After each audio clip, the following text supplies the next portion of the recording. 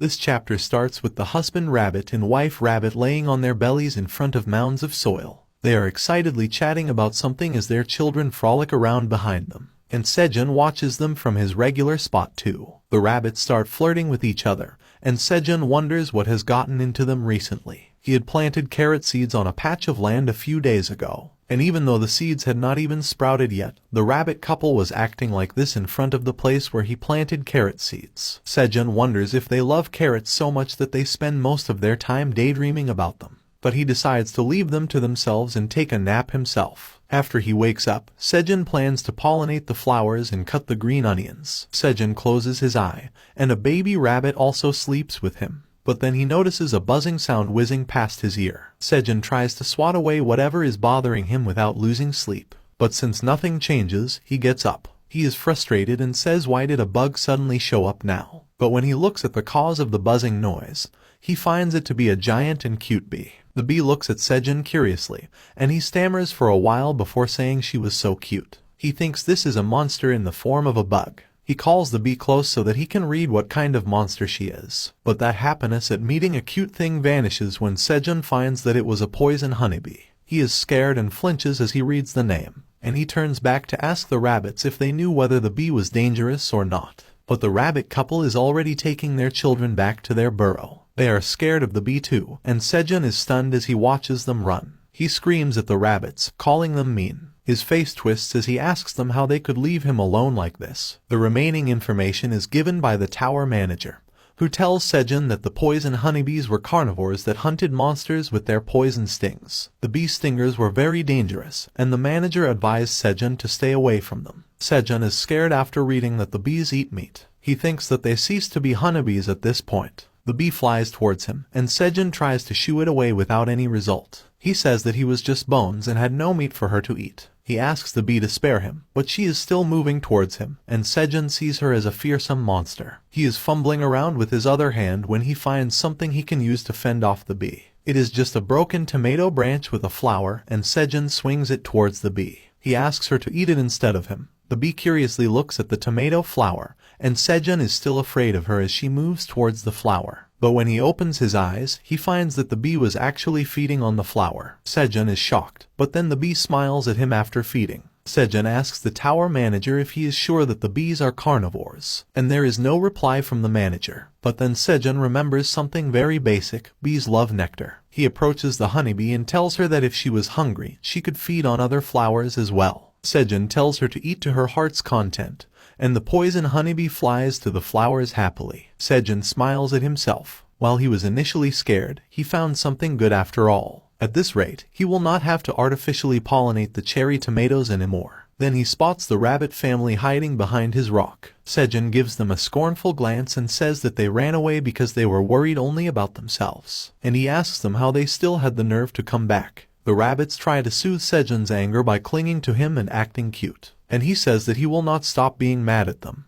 But then the poison honeybee returns after feeding. She flies straight towards Sejun, and he takes a few steps back until he is forced to stop by his rock. He asks the bee if she is not full yet, and as she comes close, Sejun is worried about his safety. But the bee lands on his stomach, and after adjusting his t-shirt a bit and stretching, she lays down in her sleeping position. Sejun also realizes that the bee did not mean to harm or scare him, she just wanted to sleep. And he feels that she was too cute, even while sleeping. But a small part of his mind is still anxious, and Sejun asks the bee that she isn't going to sting him. And this time, the rabbits have also not run away. Sejun has another chapter to add to his diary about getting lost in the tower. His family in the dungeon gained one more member today.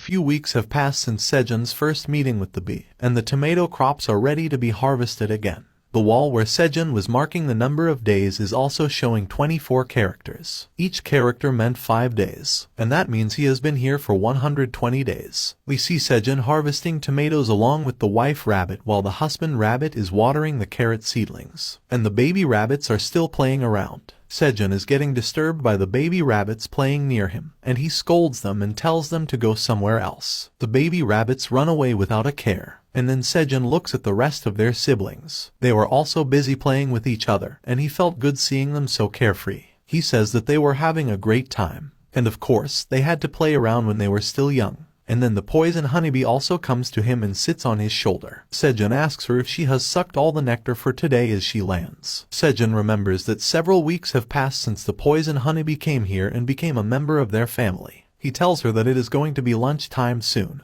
and the bee is also excited about it as she rubs her cheek against Sejun's cheek. Sejun says that the routine of the poison honeybee was fixed. She goes to work in the field in the morning, and that is also when she sucks nectar. And then, in the evening, she returned to the forest outside the cave. And thanks to her, Sejun's workload had decreased. Sejun calls the rabbits, saying that it is time to eat, and they all come running towards him. Sejun thinks that the poison honeybee was probably not going back to her group or her hive. Maybe she did not have a hive. As they are eating, Sejun is holding a roasted green onion stem, and the honeybee is sitting on it. She had started spitting honey a few days ago, and right now, she was doing the same. The honey spreads over the roasted onion stem, creating another dish called honey onion. The sweet flavor of the freshly roasted green onion was enhanced by the sticky and sweet honey of the poison honeybee. And Sejun is the one who knows the truth about the statement. He takes a bite of the honey onion and exclaims that it is sweet and delicious. And the rabbits also share the sentiment because they are also eating the honey onion. Sejun talks to the honeybee and tells her that he was scared of her at first. He thought that she was poisonous and, hence, dangerous. But thanks to her, he was able to quickly get honey. And he also expanded his field with her help.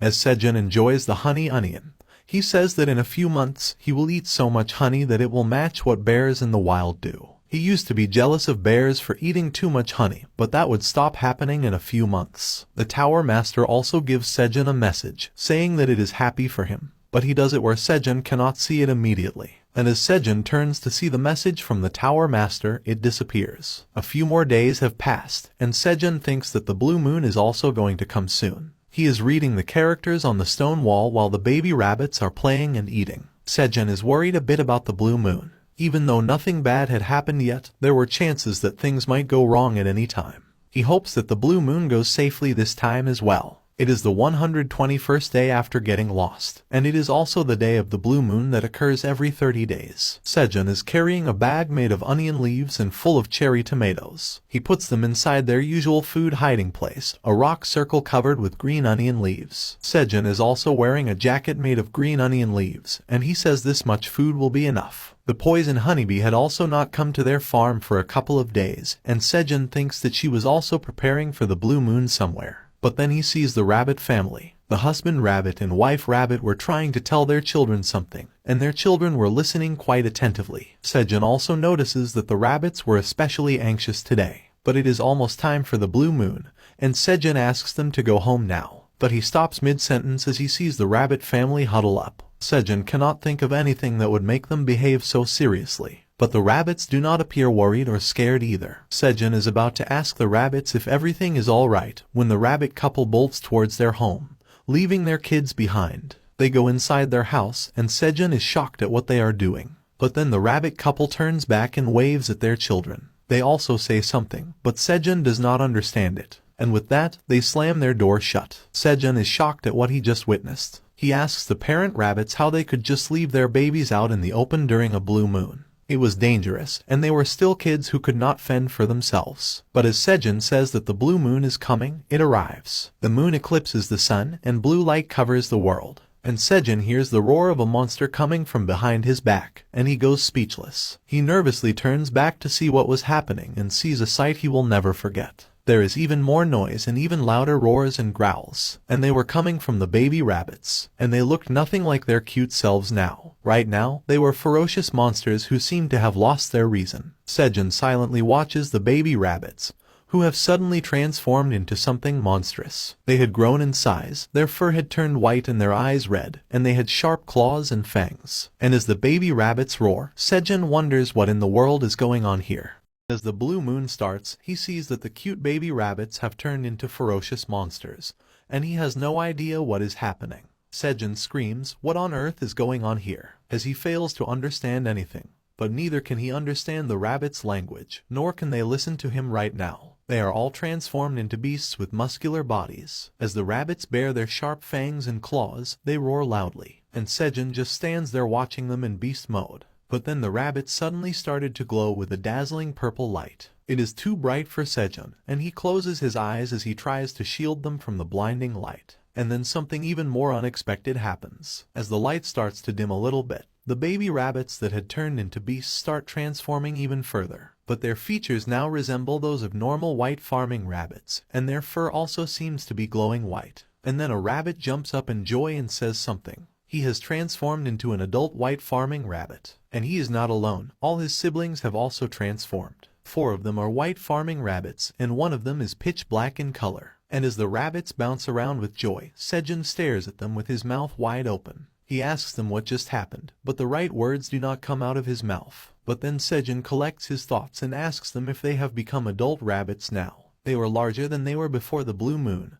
and their fur had also turned white. And the rabbits happily affirm. Sejun now realizes that it must be a part of the farmer rabbit's growth cycle. It was the 4th blue moon night since they were born, and Sejun wonders if this was some kind of coming-of-age ceremony. Did the baby rabbits have to be left in the blue moonlight so that they could become adults? And the rabbits also try to tell Sejun that he was right. Sejun suddenly reflects on how he thought something was wrong with them. He covers his face with his hands and starts sobbing, and the rabbits are all shocked and worried. The black rabbit tries to console Sejun and wants him to not be sad anymore. And when Sejun sees his gesture, he thinks that the rabbit's nature is still the same as before. Sejun is overwhelmed by the cuteness of the rabbits who have just reached adulthood, and he stops behaving normally. He calls the rabbits little cute things, and he wants to give them retribution kisses. The rabbits panic and run away, but Sejun catches the black rabbit and smothers it with kisses. And he also tells the other rabbits not to run away from him.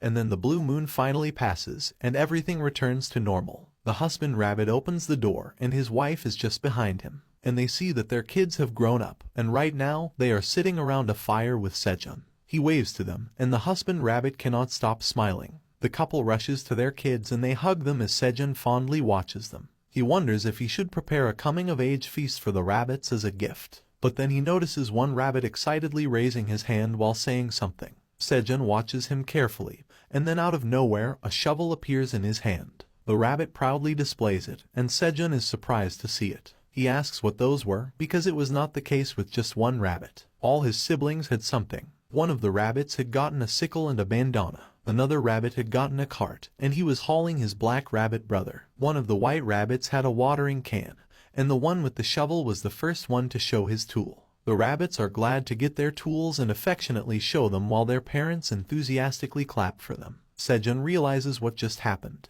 The rabbits could summon items. He understands that when the rabbits become adult farmer rabbits, they can have their own item. And he also knows that he can borrow the items. But then the white rabbit with a cart drops the black rabbit down. And Sejun wonders why the black rabbit is not summoning his tool. The black rabbit decides to summon his tool to show off too. And his tool is a huge wooden hammer, at least huge by rabbit standards. Sejun wonders why the black rabbit got a hammer. It was not a farming tool. But the black rabbit gives him attitude and tries to tell him that he is not ordinary. And then Sejun notices that the rabbit is indeed different from his siblings. While he could read their species as the white farmer rabbit, this one was not of the same kind. He was a warrior black rabbit, and as the rabbit hears his name being taken, he winks at Sejun. After a while, the rabbits start working at the farm. And now, the children are also working as much as their parents, and sometimes they are even outperforming them. The rabbit with the watering can is supporting his father in watering the plants. The one with the sickle quickly cuts the green onions, and even her mother is impressed by her skill. The rabbit with the cart is carrying tomatoes, and the one with the shovel is digging holes for new crops. The cart rabbit brings the tomato-laden cart to Sejun, and Sejun tells him to put the tomatoes in the nearby heap. He is near the storage and plans to do something with the tomatoes. As the cart rabbit goes off to get some more tomatoes, Sejun gets teary-eyed. He thinks that the rabbit children are now helping their parents with farming. Until yesterday, they were carefree kids who just ran around the farm having fun. And seeing the sudden maturity in their actions touches his heart. But then he sees that the black warrior rabbit was just lying next to him. Sejun turns to him and finds him eating tomatoes without a care. And Sejun thinks that this one was just unemployed. He starts talking with the black rabbit. Sejun says that since he was a warrior rabbit, his job was to fight. But since they are in the cave, there won't be any monsters that may harm the farm. In that case, the black rabbit had nothing to fight for. The black rabbit is also aware of this disappointing situation. And then Sejun says that his hammer could not even help them with farming. And he wonders what they should do. But then the Black Rabbit has an idea, and he tells Sejun about it. He leads him to the pond in the cave and excitedly points towards it. Sejun also exclaims that he was right, he could hunt in the pond. Hunting could also be considered one kind of fight, and Sejun thinks that even the warrior rabbit could be helpful now. He says that he will lure out the fish using the torch, and the rabbit will have to catch the fish. Sejun asks the Black Rabbit to show him the power of a warrior, and the rabbit is eager to start. Sejun frantically waves the torch over the boundary of the pond, and a piranha jumps out of the water, straight towards the flame. Sejun tells the Black Rabbit that this is his chance, and he jumps up with his hammer, and then the Black Warrior Rabbit strikes the fish with his full strength and sends it flying. The fish goes and crashes into the cave wall with a huge impact, and Sejun is stunned as he sees what has just happened. The Black Rabbit had attacked the fish with such great force that it was utterly destroyed, and pieces of its meat were falling down. The Black Rabbit turns back and gives Sejun a thumbs up, but he does not realize the mess that he has made. The fish had turned into mush, and apart from the head and the bones, everything else had turned into a meat slurry. Sejun is shocked beyond belief, and his reaction is justified. And later, when he presents the fish at dinner, it is a mood dampener. There is an air of gloom over the dinner, and Sejun and the Black Rabbit are the ones who are the most disappointed. And the other rabbits are also not happy that they have to eat a fish like this. Sejun tells the Black Rabbit that he will get better if he keeps on practicing. He tells him to not be sad and to eat the food now. And just like that, all the rabbits began getting used to their roles. Even the Black Warrior Rabbit was getting more adept at catching fish after his initial failure. He can swiftly catch the fish with just his hands, and Sejun is cheering on him. The other rabbits are also busy with their jobs,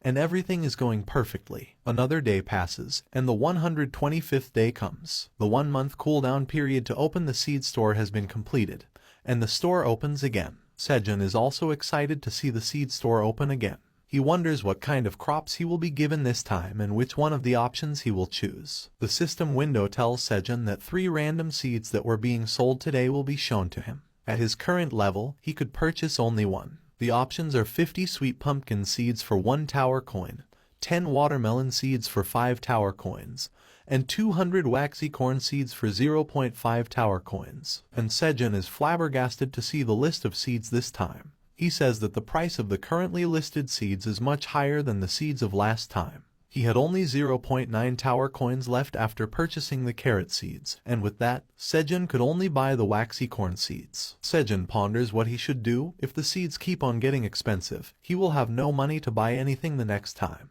And then he did not even have a way to increase his money while being stuck in this place. Sejun remembers that there were 3 ways to get tower coins inside the tower. The first was getting rewards for clearing a floor. The reward was high, but it was the first clear reward. That meant it could be obtained only once, and the hunters did not actually earn too much profit from it. The second method was to hunt the monsters and sell their body parts. The monster parts could be sold to either the traveling merchants or to the store on the first floor, and it was regarded as the best source of income for hunters, as they could make a continuous profit from it. The third method was to complete quests and get rewards for them. But that was the most gamble-like method out of the 3. The quest rewards varied greatly, so it was hard to say how much money could be earned. Sejun thinks of his situation. Among the 3 options, 2 were practically impossible for him. He could not even think about clearing the floors, as he could not even leave the cave. And then he thinks that the only way for him to get money is by completing the quests given by the tower manager. Sejun asks the tower manager if it can hear him,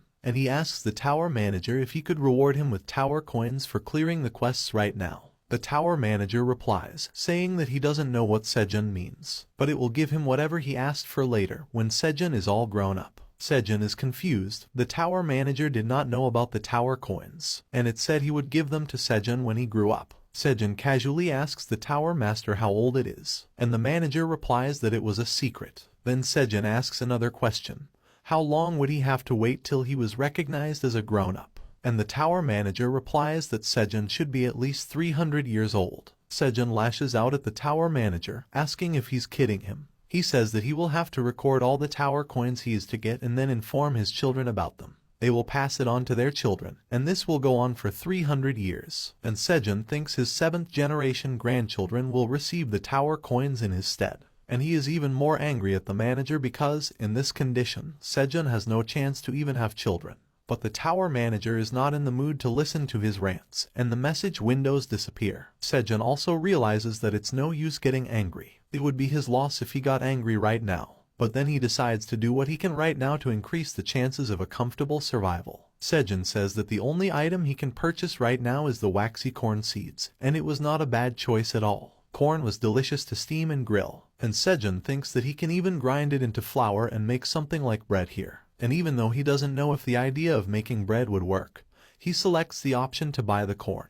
The system tells Sejun that he has purchased 200 waxy corn seeds. 0.5 tower coins were being deducted from his seed bank account, and he had earned 5 seed miles, using which he could eventually level up the seed store. The cooldown period starts again, and the system tells Sejun that he can access the seed store again in 30 days. And with that, a cloth pouch filled with corn seeds falls into Sejun's hand. He empties a few seeds into his hand and shows them to the husband rabbit. Sejun asks what he thought about the seeds, were they looking good? And the husband rabbit thinks that they are of good quality. Sejun says that they should start working, and all the rabbits cheerfully join him. But then he completes his sentence and says that they should eat something before that. They roast the fish and eat tomatoes as sides, and Sejun has finally filled his empty stomach. He exclaims that he cannot eat any more, and he thinks that he should dry the rest of the fish and store it. The rabbits are also full, and they are also relaxing around the fire like Sejun. The poison honeybee also returns, and Sejun welcomes her. He asks the honeybee, who is spending a lot of time in this cave, if it will be okay if she does not return to her home.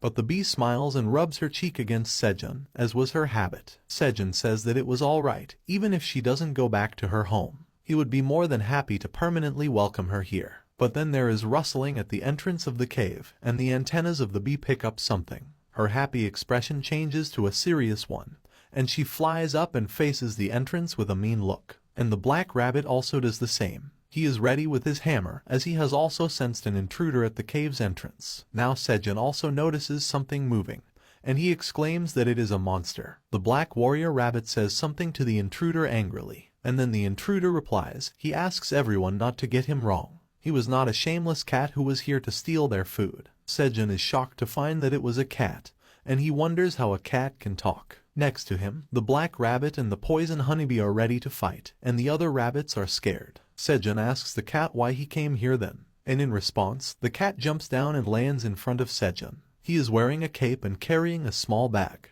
and then he gets up and presents his paw to shake hands. The cat asks him if he is the customer Park Sejun, and then he introduces himself as the traveling merchant Theo. Sejun has yet another chapter to add to his diary about getting lost in the tower. He met a wandering cat merchant today, and as Sejun and Theo look at each other, they do not know how beneficial they are going to be for each other. But then Sejun remembers that he heard that sometimes people meet a traveling merchant as they go up the tower. But he was not expecting the traveling merchant to be a cat. But Sejun finds the cat merchant quite adorable. He looks at his big and shiny eyes and his soft and chubby cheeks, and the soft, jelly-like paws of his outstretched hand. Sejun wants those jelly paws to knead on him, and he exclaims inside his mind that this was completely unfair. With a merchant so cute, it would be easy to scam people. And by people, he means himself. Sejun really liked cats, but as the cat merchant asks him if he is Park Sejun, he tries to act cool. He confirms his identity and then asks the merchant what he wants. Theo says that he heard about a new rookie who made transactions in the seed store, and he was here to greet him and make some deals with him. Sejun is curious about the deals and asks Theo more about them.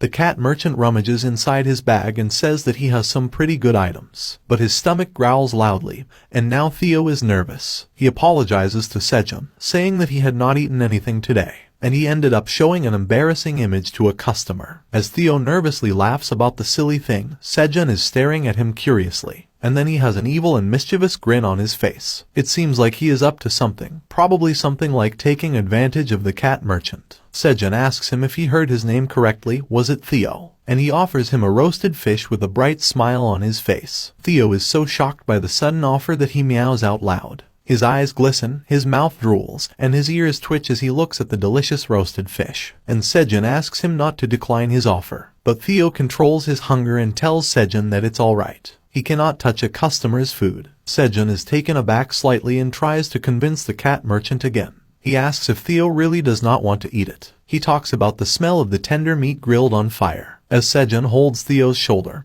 He says that the fish had that distinct fishy flavor that cats can't refuse, and it seems like his words were working as Theo drooled over the fish again. Sejun says that it was obvious that Theo wanted it, and he could have it too, and as Sejun persuades him, Theo cannot stop drooling. He tries his best to stop himself from eating the fish, but as Sejun pushes it closer to him, he finally gives in. He eats a lot and is finally satisfied. Theo says that he is full now as he happily lays down on the ground, holding a fishbone. He says that the fish was so delicious, and now he was full. And Sejun tends to the fire while saying that Theo ate 5 fish. He must have been really hungry. Theo gets up and sincerely thanks Sejun. He says that he gave him such a nice treat, and he does not know how he can thank him enough. And Sejun smiles at him and says that it was no big deal. He should be the one who is thankful. After all, Theo came all the way here to meet him. And as Theo grabs his bag once again and starts talking about the deal, Sejun asks him for 0.5 tower coins. Theo asks him what he meant, and Sejun replies with a smile that he should pay for the roasted fish he just ate. Theo is shocked, and he panics as he asks Sejun if the fish wasn't free. And Sejun replies that nothing in this world is ever free. And since Theo said that he was here to make a deal,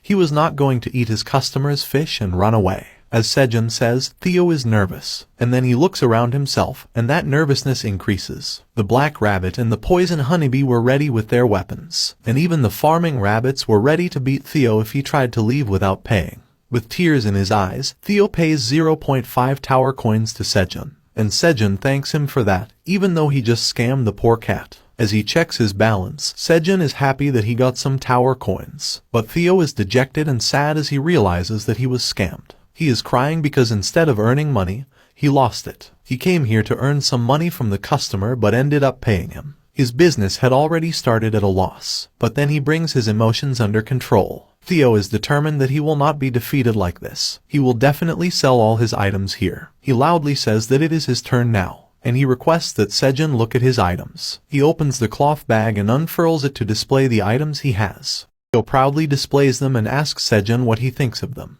They were luxury items from another floor, and on the cloth, there are 3 items with their prices shown on an information window. The first is a tumbler worth 5 tower coins. Then there is a mini fan worth 5 tower coins. And lastly, there is a portable hand warmer that is also worth 5 tower coins. Sejun asks Theo if these items weren't from outside the tower, and he says that Sejun really noticed it. The rabbits also gather around them, and they are curious about the items. Theo starts his sales pitch and tells Sejun that the tumbler has preservation magic. It will maintain the temperature of the things kept inside it, whether they are hot or cold. Then he talks about the mini fan, which has a wind magic enchantment, and whenever they need wind, they can just press the buttons. As Theo demonstrates how the mini fan works, Sejun stares at him in disbelief. He apologizes for cutting off Theo when he was talking, but he had to tell him the truth about the items he was selling. The cat merchant asks what was wrong, and Sejun says that all the items he brought were trash. Theo is shocked and angry. He shouts at Sejun and asks him what he is talking about. These items were from outside the tower, and how could someone not recognize their value? As he says this, Theo collects his items close to himself, and even the rabbit next to him is disappointed. Sejun tells Theo that he was also someone who had come here from outside the tower, and the terrible truth dawns upon him as he loses his confidence. Sejun explains that there was no magic in the items he was trying to sell. The tumbler prevented heat transfer by blocking contact with the outside, and the portable fan and hand warmer operated on batteries. If they used them only for a few hours, their batteries would run out. Sejun presses the buttons on the fan as Theo watches in confusion. The cat merchant gets angry and says that Sejun was lying. Scarum, the person who sold these items to him, said that there was magic inside them. But the fan is about to stop now as the battery has run out, and Sejun points that out to Theo. Theo loses his calm and starts hitting the fan so that it can start working again. He also changes his formal accent to a natural one where he talks more like a cat, and Sejun tells him that he got scammed by that trader named Scarum. Theo is depressed, and he can still not believe it, and Scarum was so kind to him. He starts crying and says that Scarum was a bad goblin,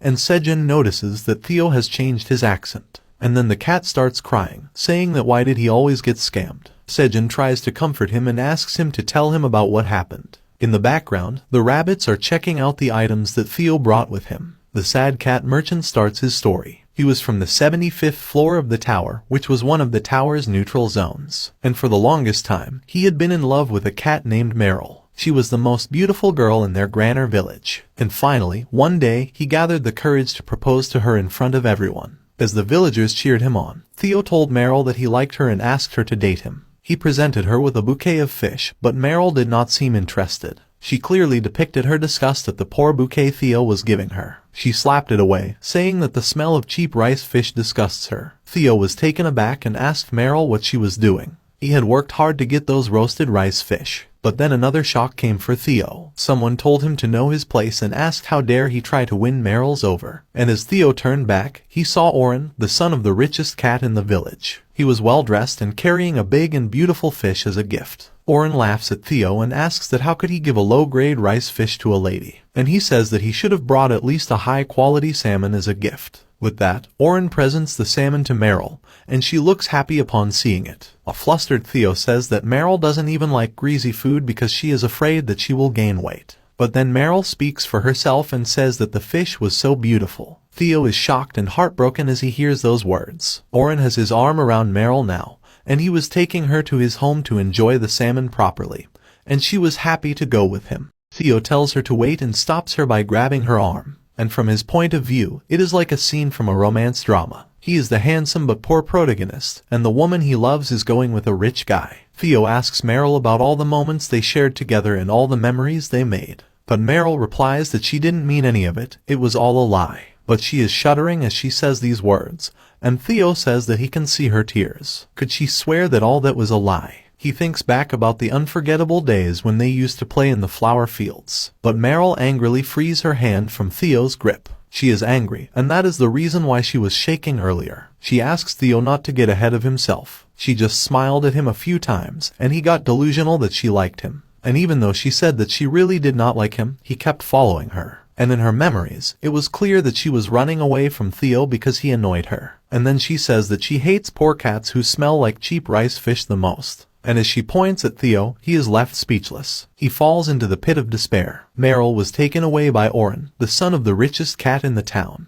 and Theo ran away crying. He decided to run away from his village and become a traveling merchant with the determination to become rich one day to get his revenge. As Theo has finished telling Sejun and the rabbits the first part of his story, they are nervous and feel bad for him. Sejun feels guilty for scamming him now. Theo says that he even went through the necessary procedure and brought the license and other important stuff required to become a traveling merchant. And that cost him his lifelong savings, worth 50 tower coins. He was planning to buy something to resell from the peddler with the remaining 5 tower coins. And that was when he got scammed by Scarum. Theo was in an inn when a goblin called him and asked him if he was a new wandering merchant. The goblin told him that his name was Scarum, and he asked Theo to ask him if there was anything he needed to know. And being a naive cat, Theo believed him. In the inn, Scarum told Theo about items from outside the tower. He was shocked, and Scarum said that they were really precious and that he was only telling this to Theo. He said that if Theo took these items to the upper floors, he could make quite a profit. The creatures on the upper floors collect such things as a hobby. Theo was curious about why Scarum was selling such precious things to him at such a low price. Scarum replied that it was because he came to like the cat merchant, and this could be considered the goodwill of a senior who wants to train their junior merchant.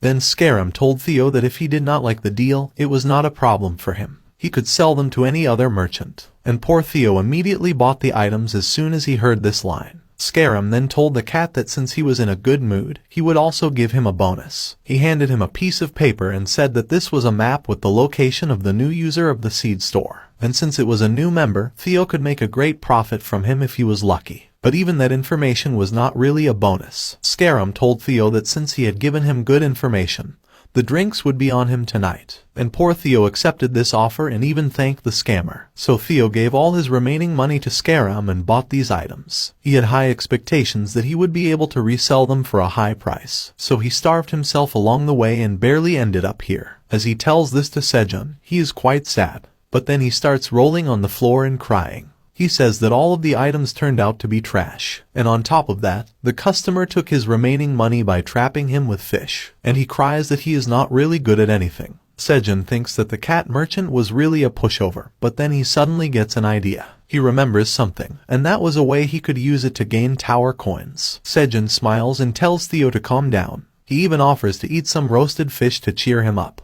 But Theo has learned from his mistake and says that Sejun was just going to ask him to pay later. He was not stupid to fall for the same trick twice. But Sejun says that he will really give it to him for free, and he will even consider the 5 fish he ate earlier as just a treat. And Theo looks at him with big, hopeful eyes as he asks if he really meant that. But even this kindness is not for free. Sejun asks Theo if he could work with him in exchange. And as Sejun smiles and asks Theo what he thinks, he has added one more chapter to his diary about getting lost in the tower. And Sejun thinks that Theo will agree to him because he was just a pushover. Theo is shocked, and he asks Sejun if he really meant what he said. Did he want them to work together? Sejun replies that he wants a good merchant to sell his items. But Theo asks if Sejun really thought that he was a good merchant. He does not believe Sejun. He says with drooping ears that he was just a noob who was completely useless. But Sejun tells Theo that even though he made some mistakes, he still had some qualities of a decent merchant. And then Sejun smugly smiles and says that Theo touched his heart by telling his story, and that is why he wants to become a business partner with him. Theo is surprised, and Sejun is going to tell him about the business partner deal. But before that, he signals the rabbits to show the merchant their hospitality, and the husband rabbit and his wife are ready to give the cat a relaxing experience. They have created chairs from onion leaves,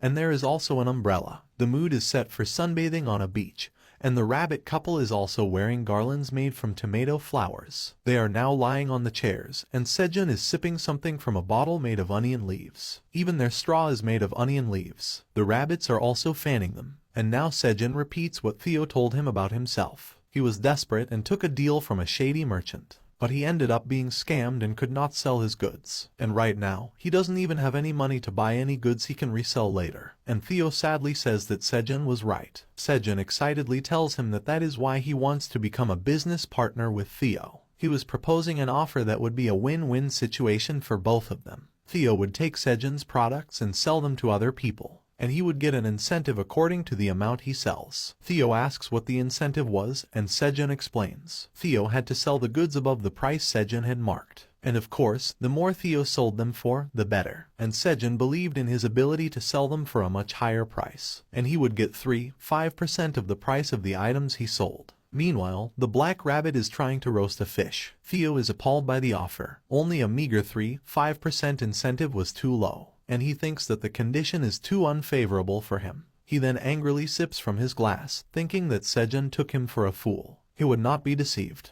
But before that, Sejun has yet another thing to tell him. And this was the most important part. Sejun asks the rabbits to bring something, and we can see them walking with many roasted fish. Sejun says that there was not only an incentive, he would pay Theo 10 fish or their value in coins each week. And Theo is absolutely stunned. Sejun says that these were all the terms and conditions of the contract. And now Theo is drooling as he asks Sejun if he was serious about the roasted fish. Sejun asks him if he wants to sign a contract now, and Theo is not so easy to convince. He reminds himself of what happened in the past with him. He was betrayed by Meryl and Scarum, and he has to be smart if he does not want to be deceived like that again. But he really cannot resist the fish. Theo wipes the drool off his face and says that he will consider it if Sejun offers him 20 fish per week. Sejun has that creepy grin on his face again. The cat was really a pushover. He tells Theo that he is in a good mood right now, and on top of accepting his request, he will add 5 more fish. Theo is shocked to see 25 grilled fish piled in front of him, and he cannot stop drooling.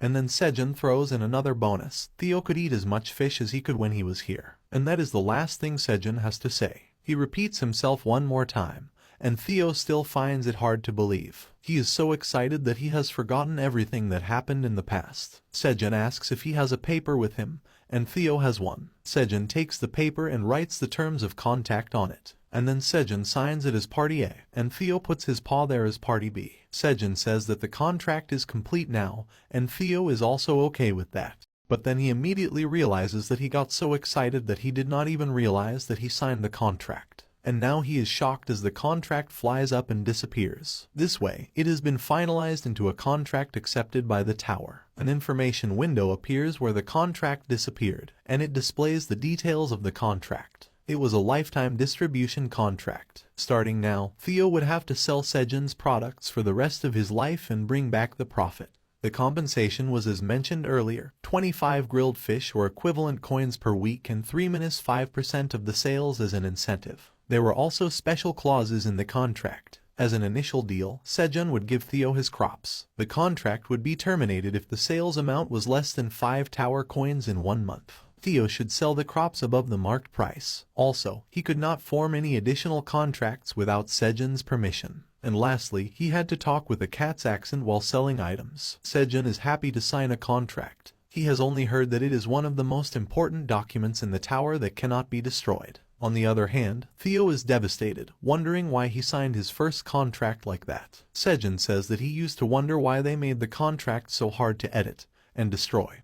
But now he knows that it helps to make the deals more effective and valid. But then Theo asks him what the fourth condition was in the special clauses. He asks Sejun what he meant by the cat accent. Using the accent from his village was embarrassing for Theo, and he is angry about that. But Sejun laughs and says that he will understand it when the time comes. Sejun puts his hand forward to shake hands with Theo, but he slaps it away. He says that they will see if things work out or not. There was the first condition of the special clauses that said the contract would be terminated if the sales were less than desired. But Sejun pats Theo's head and says that he would be a good salesman. He says he believes in the reliable and resourceful merchant cat, Theo. And as Theo hears himself being called resourceful, he gets happy. Sejun also thinks that he was quite simple. Then Theo asks Sejun what kind of things they are selling. Sejun confidently tells him that it was cherry tomatoes. Theo is confused, and Sejun gives him a freshly picked cherry tomato. But as Theo looks at the tomato, he finds that it was a magical cherry tomato that could temporarily increase MP by 0.1 for 10 minutes. He asks Sejun how much he is planning to sell it for. Theo thinks that if he were lucky, he could get 0.01 tower coins per tomato from the new people who come into the tower. Sejun replies that he wanted to sell it for 0.05 tower coins per piece, and Theo is shocked to hear the price. He says that only an idiot will buy it at such a high price. But then Theo thinks that a high price might be a good thing for him.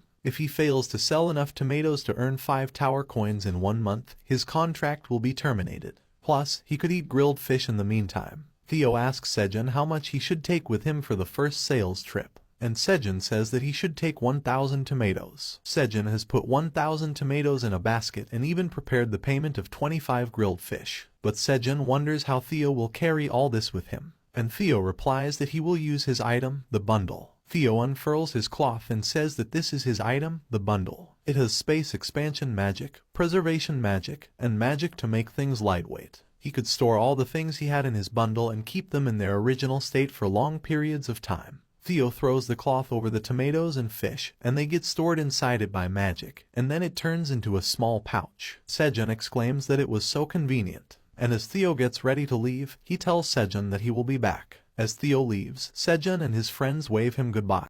A few days later, Theo had reached the 38th floor of the tower, and right now, a fight is taking place there. A group of awakened people are fighting a giant spider monster. The spider screeches, and the humans say that it was the last one left. They can't let it get away. The spider attacks the hunters, and their leader blocks its attack with a shield. The magicians on the side use fireball magic to attack the spider and divert its attention. And then their leader takes advantage of this situation and beheads the spider in one swift strike. He was the leader of the Phoenix Guild, Kim Dongshik. His team cheers on him and says that this was to be expected, and many of them were betting for it to end with one strike. Kim Dongshik says that everyone should stop praising him and start with the cleanup already. He points out a woman named Jessica and tells her not to slack around. He would not forgive her like the last time if she ran away. And Jessica starts flirting with Dongshik, saying that he must know that she loves him. As Dongshik thinks about what to do with the girl, he feels some movement in the nearby bushes. He turns back and gets into battle mode immediately. He asks who was there as he draws his sword.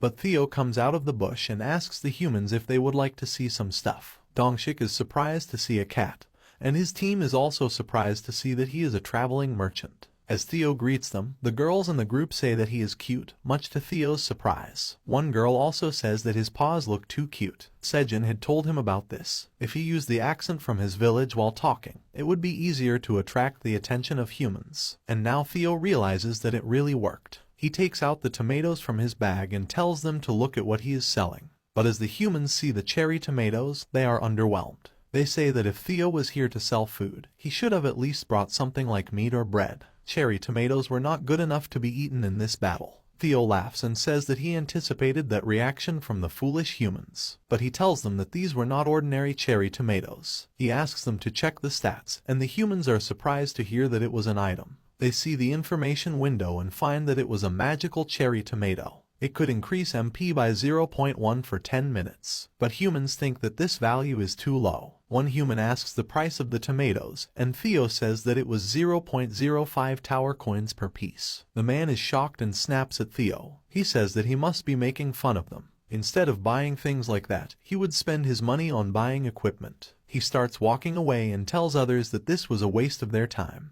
But a girl is still reading the information window, and she seems to have found something important. She says that if she eats this, she will lose 10 grams of fat. And those words stop everyone right in their tracks. They look back and ask, what did she just say? And then everyone starts checking out the stats of the tomatoes by themselves. And the girls eagerly wondered if it was true. And then they start asking to buy everything Theo has. All the girls aggressively start demanding a few hundred tomatoes for themselves. Theo is shocked as he sees them fight and bicker with each other. Some of them even want to buy all the tomatoes for themselves. And they tell others to back off. And the rest of them can only watch them dumbfounded. Theo tells them to get in line. And now even those who were not interested earlier want to buy some tomatoes now. Back at the cave, Sejun is harvesting more tomatoes, and he has just leveled up and got a bonus stat. The wife rabbit is with him, and he asks her if Theo would be doing well right now, and he thinks that the cat must have already met some hunters by now. At first glance, the magical cherry tomatoes looked like an item that would only boost their magic power. But on closer inspection, it had an even greater benefit. It could dissolve 10 grams of fat just by eating it. And it would also rejuvenate the body. Sejun thinks that this is the perfect diet food one could hope to find. And as he eats one, he says that there were no side effects either. He thinks that they will definitely sell a lot, and he trusts the Earthlings need to follow a diet. And Theo really has sold all the cherry tomatoes. Sejun looking at the carrot seedlings that have sprouted, and he is lost in thought. He asks if the figure was about 70%, and the husband with him seems to agree. That 70% referred to the germination rate of the seeds. Out of the 1,000 carrot seeds Sejun brought from the seed store and planted, only 700 germinated. And he had also planted 12 magical cherry tomato seeds that he harvested himself. And among them, only 732 seedlings had sprouted. Then we see the scene of Sejun's farmland, which is starting to look like a proper farm. And the poison honeybee is also busy with her job of pollination. Sejun is still calculating the germination percentage of other crops and finds that the corn seeds and sweet potato sprouts also had a germination rate between 60 and 70%, which was close enough to that of carrots and cherry tomatoes. Sejun thinks that it will be great if the seeds sprout some more, but then he starts thinking about the reasons the germination was limited.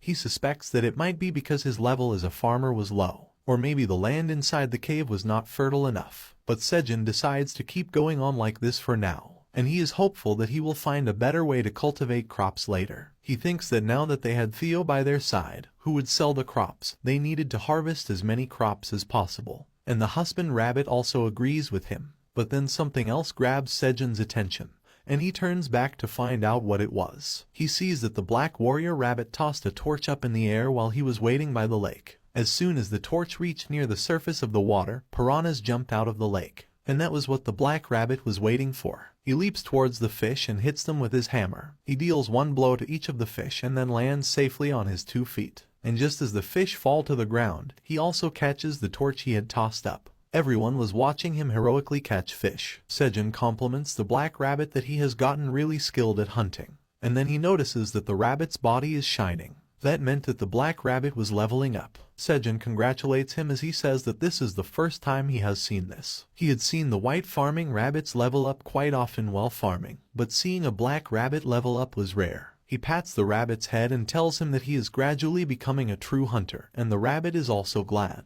He shows off before his siblings, who clap for him. As the rabbits are playing, Sejun suggests that they should take a break now, and during that break, they should drink coffee. Sejun appears very happy as he holds the tumbler he got from Theo, and as he opens it, it becomes clear that he was not mistaken about drinking coffee. Inside the tumbler are many sachets of coffee, and Sejun is happy to see them. He thinks that Theo and Scaram, the goblin who scammed him, both omitted something really important. They had not even opened the tumbler. If Theo had opened this and tried to sell coffee to him, Sejun would have spent all his money just to buy it.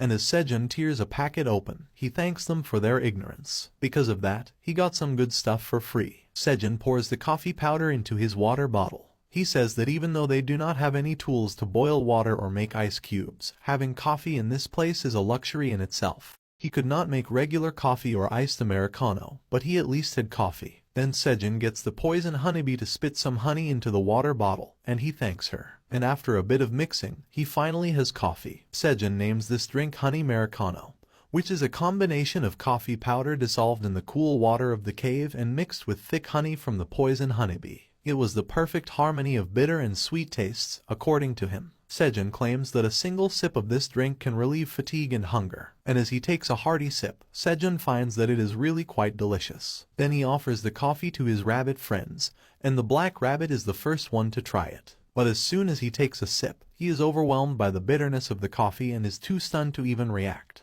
Other rabbits are also curious about the taste, and when they try it, all of them find the drink too bitter for their liking. Sejun just laughs as the rabbits spit out the coffee. He says that the rabbit's tongue must be more sensitive to bitter tastes than humans. But then he notices something that he had not expected. He sees the honeybee flying towards a hive inside the cave. Sejun calls her, and the bee excitedly shows him her hive. Sejun asks her if that was really a beehive, and the realization hits him a moment later that the poison honeybee is finally moving here with them. He asks her, and she affirms. Sejun and the rabbits are glad to hear this news. Sejun says that it was saddening whenever she had to go back to her home every night, and now he finally feels that they are a family. And on this joyous occasion, Sejun wants to throw a party. But then suddenly, he gets a message from the tower manager. It is a quest, and the manager has requested that Sejun give him 10 magical cherry tomatoes. There is no reward for completing this quest, but the penalty for refusing is disappointment. Sejun is shocked to see a new type of quest, and then he thinks that because he kept on postponing the quests, the tower manager must have realized something after seeing his deal with Theo. Sejun snickers as he thinks that the tower manager is not threatening to kill him anymore. Rather, it was asking him in a manner that was pitiful, and Sejun feels some sort of pity for the manager. He decides to give some of his tomatoes to fulfill the quest. He offers the tomatoes, and the tower master accepts them. It also thanks Sejun for his kindness, and Sejun is surprised. He smugly says that it was satisfying to see the manager thank him. But then he suddenly realizes something. He acted like a pushover just now. Sejun is dejected upon realizing this, and he does not notice that the husband rabbit was sipping coffee calmly behind him. On another floor of the tower, we see a building. A goblin places a drink on the table, and then we see that he is Scarum, the one who scammed Theo. Scarum is angry that the pushover cat has not returned yet, and his friend asked him if he was talking about Theo, who bought his items the last time. His other friend says that Scarum was quite smart to sell the trashy items by deceiving the cat,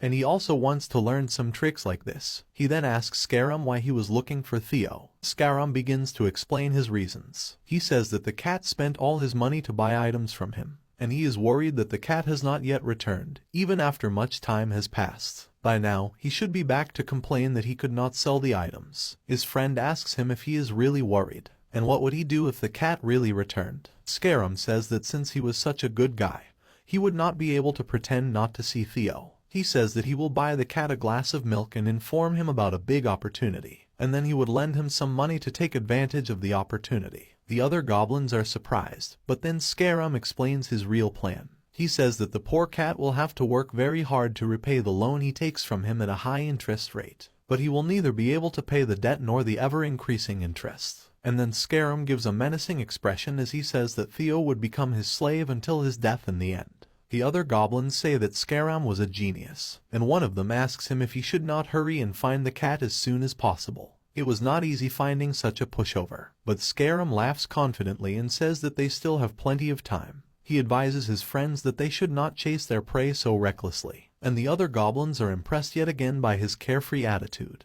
But then Scarum says that they should look at today's wandering merchant sales ranking. The other goblin also says that it was about time for it to be updated. And then they open the information windows in front of them, showing the ranks of wandering merchants according to their sales. Scarum sees that he has reached the 999th rank, and he is happy to finally make it into the top 1,000.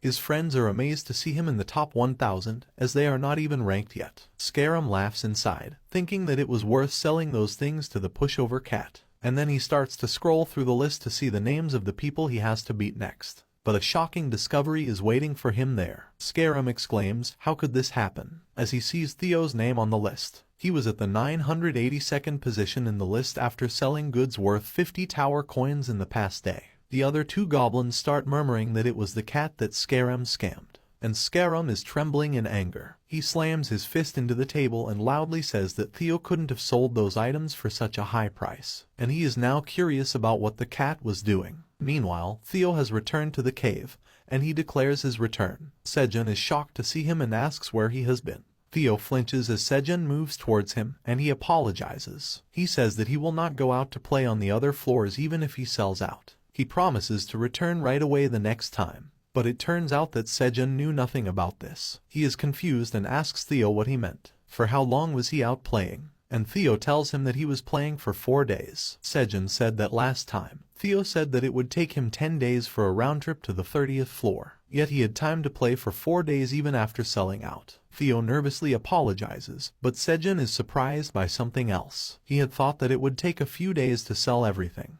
But Theo returned to the cave within 14 days, and adding the 10 days for the trip and 4 days of playing around, Sejun realizes that Theo sold out as soon as he reached the 30th floor. And then Sejun places his hand on Theo's shoulder. He makes a scary and menacing face and asks Theo to tell him the details if he does not want to see his sacrilegious side. And the cat is too terrified to do anything else. He tells everything that happened to Sejun and the rabbits, and Sejun asks if the hunters really bought everything after Theo just talked a little bit. He is in disbelief, but Theo exclaims that it was exactly as he said. He hands over the bag containing 50 tower coins to Sejun, who checks them properly. He then calls the cat merchant employee Theo and says that he worked well. Sejun also gives him his incentive, 2 tower coins. But Theo is shocked and asks Sejun if he wasn't the sales cat Theo, the resourceful. But Sejun coldly tells him that he got demoted. What kind of sales cat returns after playing around for 4 days? But then Sejun adds that if Theo works hard the next time, his position as the sales cat will be reinstated. And Sejun also says that he will raise the incentive to 5%. Theo says that he understands and promises to work hard and become a salesman. Then Sejun asks Theo why he is constantly talking with his cat accent now. And Theo says that he has decided to live this way now. He says that humans seem to like this side of him. Sejun starts laughing and says that everyone will soon know his name. Theo asks him what he means, and Sejun says that the name of the farmer is displayed on the status window of the cherry tomato. And that is why people will soon learn his name as the person who cultivated the magical cherry tomato. But these words are enough to scare Theo and make his hair stand on end. He suddenly realizes that he is in trouble. There was a system in the tower that forcibly hides the origin of goods that beginner wandering merchants sell. It was done to prevent the wealthy traveling merchants from stealing the suppliers of the beginner wandering merchants. And because Theo was still a beginner wandering merchant, Sejun's name was forcibly hidden from the status window of the cherry tomatoes. Theo thinks that Sejun will be very angry if he learns the truth. He might demote Theo from the post of an employee to an intern, and he fears that he might even become a part-timer. Theo is scared, and Sejun asks him what he was thinking. But then Theo acts up to cover his fear and says that nothing was wrong. He asks Sejun to hand him the cherry tomatoes so that he can leave to sell them right away. Sejun says that it was too soon and asks Theo to rest for a few days. He also had to receive his weekly payment. But Theo is in a hurry to go out and sell more tomatoes. He tells Sejun that he should work as everyone else is also busy. Theo rushes to the rabbit carrying harvested tomatoes and starts putting them inside his bundle, much to the rabbit's shock. The reason he was doing this was to remove the restriction on displaying the cultivator's name from the status window of the goods. And there was only one way to do that. Theo needed to achieve 1,000 tower coins and become a mid-level wandering merchant to do that. And seeing the cat so eager to work, Sejun wonders if he has started to believe in him. This chapter starts with a scene from a large building on Earth. A group of people are gathered there, and they are talking about something. And on closer inspection, it turns out that they are the adventurers of the tower. They were from the Phoenix Guild, the same group that Theo sold the magical cherry tomatoes to. One man is trying to convince his friends that he is speaking the truth, and the others do not believe him and say that what he is telling them is impossible. But as they continue their conversation, their leader's phone rings. He is the leader of the Phoenix Guild, Kim Dongshik. He checks his smartphone and finds that he has a message from his daughter. She tells him that the effect of the cherry tomatoes he brought for her was great. All her friends were jealous of it, and now she wanted more. The girl asks her father that won't he buy more of them for his lovely daughter, and Dongshik is moved to tears. The man next to him asks what was wrong, and as Dongshik sips his coffee, he tells him about his daughter. She was usually annoyed by everything because she was struggling with her diet. But today she was happy and said that she loved her dad. Dongshik then adds that he only bought 20 pieces of the cherry tomatoes the last time and left the rest for the other team members. He did not know back then that his daughter would like them so much. If he had known that, he would have bought all of them. Another man asks him if he was talking about the cherry tomatoes sold to them by the wandering cat. He wonders why the girls are so obsessed with it. But another man gives his testimony about the power of cherry tomatoes. He was having a fling with a girl, and he gifted her the cherry tomatoes. Now, they were dating. The other people can barely believe him, and they are quite shocked. One of them says that he also bought the cherry tomatoes and still had some of them left. And two others enter a bidding war for the miracle fruits. They both want him to sell the fruits to them, and one of them offers to buy each fruit for 100,000 won. But Dongshik stops them and says that they cannot progress like this. And then he orders his men to summon the rest of his team. They are going to the 38th floor right now. Dongshik is serious, but his underlings are confused. They think that it has not been long since their last expedition, and it was not easy to go on one again. A lot of people would complain about this decision, but that is what the boys think. And as they are saying this, the girls also come into the room, and they say that they are ready to go. The boys look around and find that Jessica and other girls are raring to go. They were wearing clothes to show off their slim waists, and striking poses to highlight their weight loss. One girl says that they had already prepared the tower coins to buy the cherry tomatoes, but she stops herself before she can complete the sentence and says that she means they had collected coins for the expedition. Jessica also makes the same fumble when she says that they were ready for cherry tomatoes. She then corrects herself and says that they are ready to defeat the spider monsters. That is all Dongshik needs to hear, and he issues a command to his team to follow his lead. The boys are excited to go on the expedition, and the girls are super excited for the cherry tomatoes. And as Dongshik leads his group, he thinks that he will get those magical cherry tomatoes and become a great dad, no matter what it takes. Next, we see the scene inside the tower. Theo is roaming the middle levels of the tower as he sighs about his goal. He wonders when his sales amount will reach 1,000 tower coins. He looks quite dejected and tired. Theo says that the maximum amount of cherry tomatoes that he could store in his bundle was 15,000, and even if he sells out completely, he would have to go back and forth more than 10 times to reach his goal. Theo decides to forget the complex things for now. At this time, his focus is to make as much money as possible, and right now, he is on the 38th floor, at the same spot where he met the human party the last time. Theo wonders if this was the place where the humans were gathered last time. He looks around for them, but it is the humans who find him first. They locate him and excitedly tell their comrades that they have found the wandering merchant cat. Theo is surprised and asks the man in front of him if they are looking for him. The man replies that that is true as he opens up his pouch. He says that since they had no idea when he would appear at this place again, they had been waiting for him on this floor for the past 3 days. And with that, the man asks Theo if he has the magic cherry tomatoes again this time. Theo is shocked as he hears the man's words. They had waited 3 days in the dangerous area just to buy the cherry tomatoes.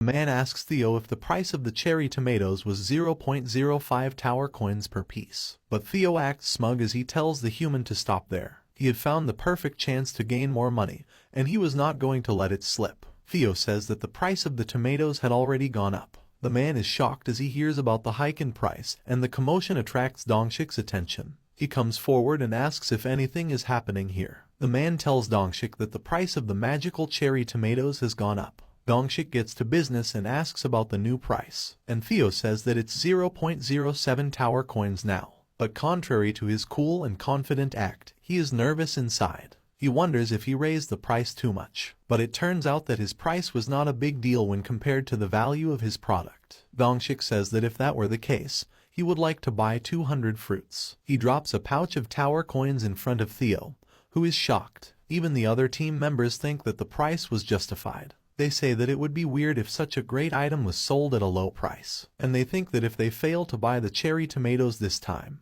there is no telling when they will next come to market. With that, the people start demanding the amount of fruit they require. After a while, Theo is yet again sold out. He is glad, but he is also surprised that it was too easy. His basket is empty, and in front of him are pouches full of tower coins. Some are even on the floor. Even though he had raised the price, all 15 cherry tomatoes were sold out in a flash. As Theo is busy contemplating his situation, Dongshik asks him when he will appear again.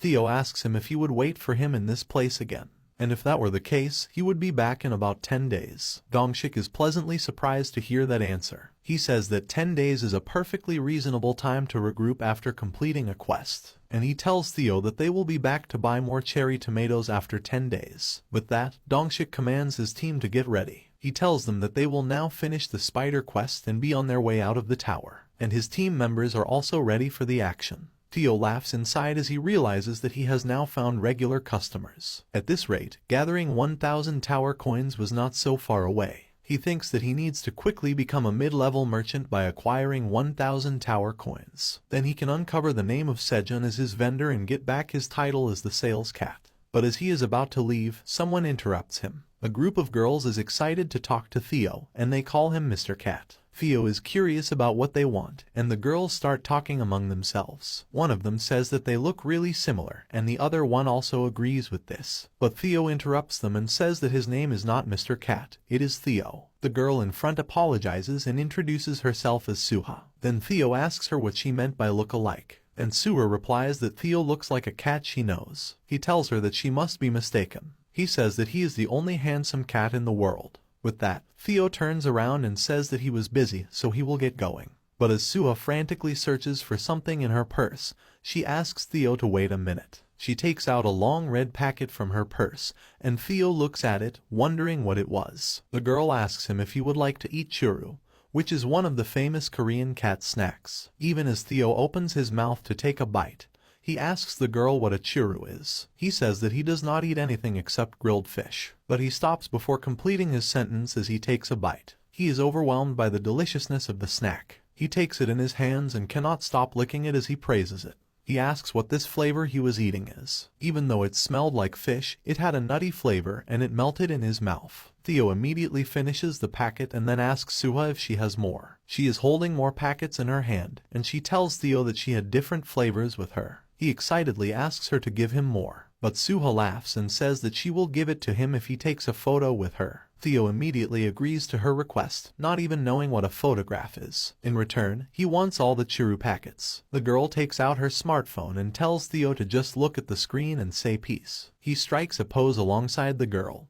and the photo is clicked. Theo leaves happily while licking the churu packets, and Suha waves goodbye to him. Her friends are surprised, and they say that it was the first time they saw someone bring cat snacks inside the tower. But she asks Suha if she found Theo cuter than what everyone said. The other girl also says that it was nice to see Suha smile like that. She asks her if she would come here to see Theo the next time too. Suha smiles as she looks at the picture she clicked with Theo, and she says that she will surely come again.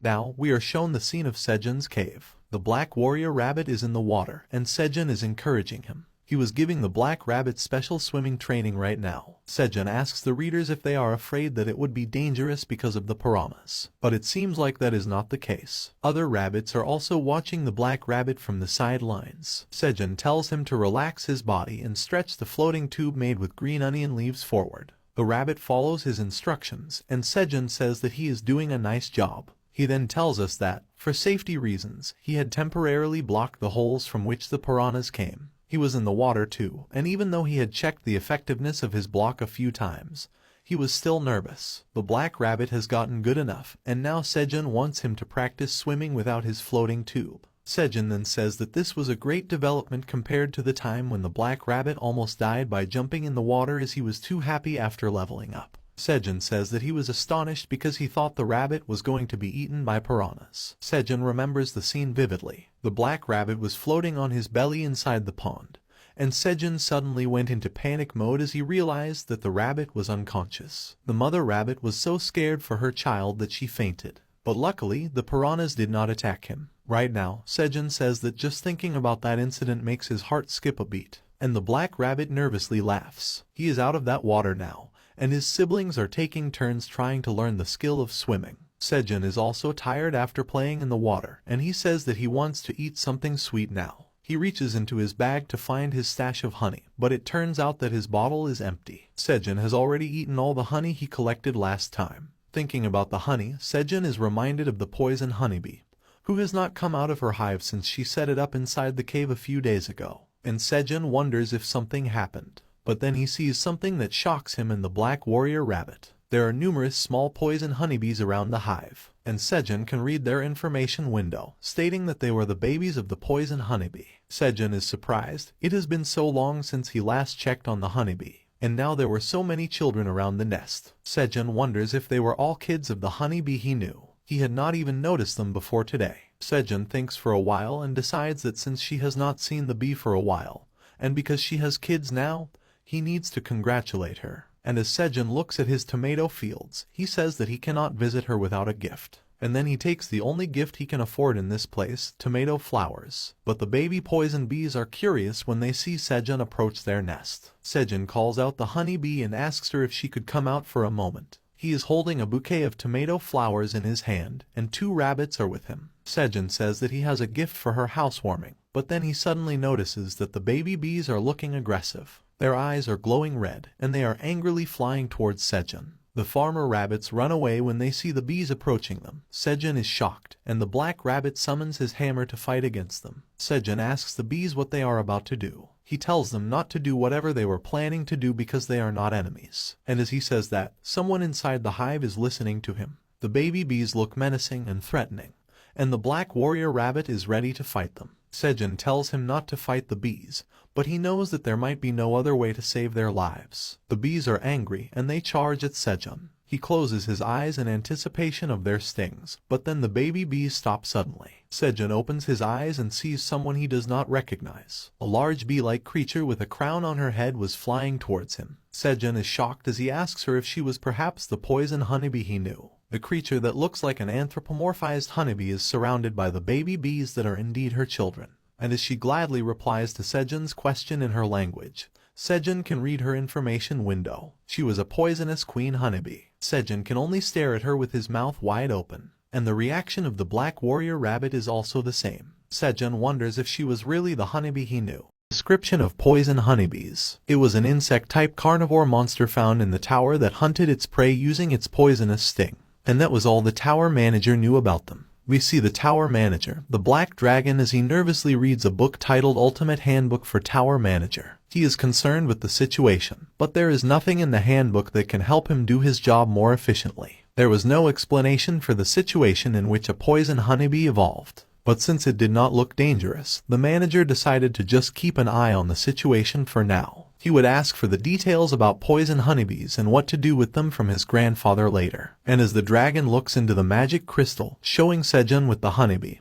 he thinks that he already has a solution if this situation turns into a problem. Meanwhile, the story in the cave starts where it ended in the last chapter. Sejun and the black warrior rabbit are stunned to see the honeybee, which now looks more like a humanoid monster. Sejun asks her if she is the cute little poison honeybee, and the bee cheerfully smiles as she affirms. Sejun cannot believe it, despite the bee's confirmation. He says that her looks have changed a lot, and the bee blushes as she thinks that Sejun is flirting with her. Then we learn how the cute little bee turned out like this. After the day she first drank nectar from Sejun's cave, the bee suddenly felt changes in her body. Every time she ate that nectar, those changes became more prominent. Her body emitted a strong scent that did not sit well with other bees, and she also gained a lot of weight. Ultimately, even the queen of her colony noticed her and got wary of her. The bee soon realized why everyone was on edge around her and why the queen was wary of her. The reason was that she had become capable of laying eggs. Although it was a surprise for her, the little bee decided to take this chance and become independent. She left her previous hive and made a hive inside Sejun's cave because that was the safest place she could think of. Once inside her new hive, the bee silently suffered from the pain of transformation. And after several rounds of transformations, she finally attained the human-like form of a queen bee. She herself was shocked at how she looked after the final transformation.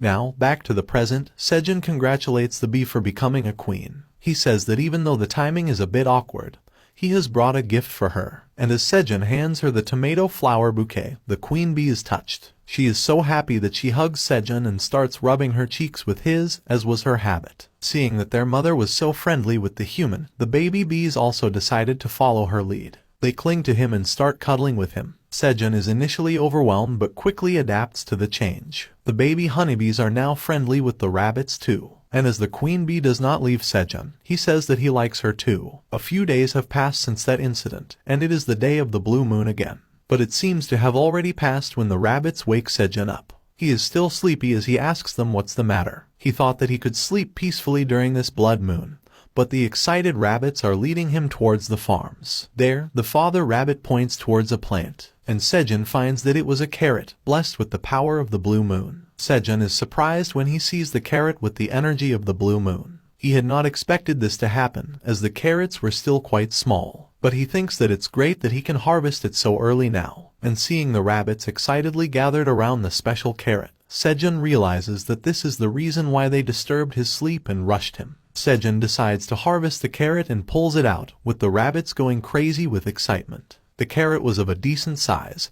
and as Sejun reads its information window, he finds that it was an agility carrot. Since it was blessed by the blue moon, the agility carrot could boost the agility stats of the consumer by 0.05 permanently. Its rank was E+, and Sejun got 70 experience points for harvesting it. His proficiency with his level 2 skill, Harvest, also increased greatly. Sejun thinks that since it was an E+ ranked crop, he got more experience than ordinary crops, and he thinks that by harvesting more high-quality crops like this, he will get 70 experience points instead of 50. And then Sejun decides to do the right thing. He says that he has no claim on the carrot and gives it to the rabbits, who are happy to receive it. Sejun thanks them for their hard work and asks them to keep helping him in the future. The rabbit family is excited to try out a rare version of their favorite delicacy. And then the sickle rabbit volunteers to cut the carrot into equal parts. Her father tosses the carrot up, and she accurately cuts it into 7 equal parts. Everyone gets one piece, and Sejun compliments the sickle rabbit's skill. She is also proud of what she just did, and her siblings clap for her. But there is one rabbit who is not happy. The black rabbit feels like he has the smallest part of the carrot. Then, Sejun harvests the cherry tomatoes blessed with the energy of the blue moon. This time, there were 5 such tomatoes. Sejun remembers that the tower manager had given him a quest to offer a blue cherry tomato, and this was the right time to fulfill that quest. The quest is completed as the manager accepts the tomato and thanks Sejun for it. Sejun says that if he was really thankful, he should give him a skill as a reward. The tower manager replies that he will think about it and give it to him in a little while. But Sejun asks the tower manager what he meant by thinking about it. But then suddenly, Sejun is disturbed by Theo's loud screams. Sejun is excited to meet the cat merchant, but he turns back to find him in trouble. Theo was surrounded by the baby poison bees, who thought of him as an intruder. They are murderous, and Theo is terrified. He asks Sejun to tell the poison bees to not attack him. Sejun thinks that Theo was not here when the poison honeybees were born, and that is why they did not know him. And as Sejun sees the typical reaction a threatened cat would show, he wonders if the bees thought of him as a threat. To clear up the confusion, Sejun picks up Theo and starts rubbing cheeks with him. He tells the bees that Theo was not an enemy, he was family. But doing that came at a price. Sejun sneezed because of Theo's fur. The baby honeybees have also accepted Theo as a friend, and they peacefully disperse. Theo thanks Sejun for saving him and calls him brother, and Sejun pulls his cheek in response, asking why he was suddenly addressing him as brother. He was just an employee, and he should not dare talk like that to his employer. They were not on the same level. Theo replies that Sejun said that they were family, but he apologizes for getting ahead of himself and also because his cheek hurts now. Sejun leaves him and then gets to business. He asks employee Theo to show him the money from the sale of cherry tomatoes so that they can get down to calculation. Theo hands him a pouch full of tower coins, and Sejun is pleased to find that it contains 75 tower coins, the full price for the 15 cherry tomatoes Theo took to sell. Sejun compliments the cat merchant for working hard, and Theo has another surprise for him. He excitedly shows Sejun another bag full of tower coins. The humans had been waiting to buy cherry tomatoes from him for some time, so he thought it was fine to increase the price. Theo increased the price by 0.02 tower coins, and they still bought the tomatoes. As Sejun checks the contents of the bag, Theo asks him if he was surprised by his performance. He knows that he did well and now wants back the position of the sales cat. But as Sejun hands him his incentive, he calls the cat employee Theo again, making him sad. Theo says that Sejun should give him another title. He had done well, so why could he not become the salesman? But Sejun tells him that he is still unqualified for that position. He tells Theo that he would have to work much harder. Theo is disheartened, and the black warrior rabbit consoles him as he rants about how hard it was to become a sales cat. But Sejun is smiling to himself because he already knew that Theo sold the tomatoes at a higher price. And that was thanks to the tower manager. The tower manager had sent a message to Sejun. It was spying on Theo and informed him that the cat merchant was making more money per piece of cherry tomato. And Sejun smirks, thinking that he should give the tower manager one more blue moon fruit for such valuable intel. But then he hears slurping sounds and turns to find Theo snacking. He looks extremely happy and satisfied, and Sejun is curious. He asks him what he's eating. Theo replies that it was called a churu. Sejun is surprised and asks Theo where he got a churu from. Meanwhile, a rabbit has also taken a liking to the cat's snack. Theo tells Sejun that he got the bag full of churros from a human in exchange for taking a photo with her. He explains to Sejun about the different flavors, and his personal favorite was the salmon one. Sejun is shocked as he thinks about what Theo said. A human gave those snacks to him. There were only two ways to get things from outside the tower. The first was vanishing, the method using which Sejun entered the tower. The newcomers who enter the tower this way bring whatever they are carrying with them inside. Originally, they were summoned to the first floor, so the items they bring are mostly used for trade that helps them climb up the tower. The second way to bring things inside was when an awakened hunter brought something in.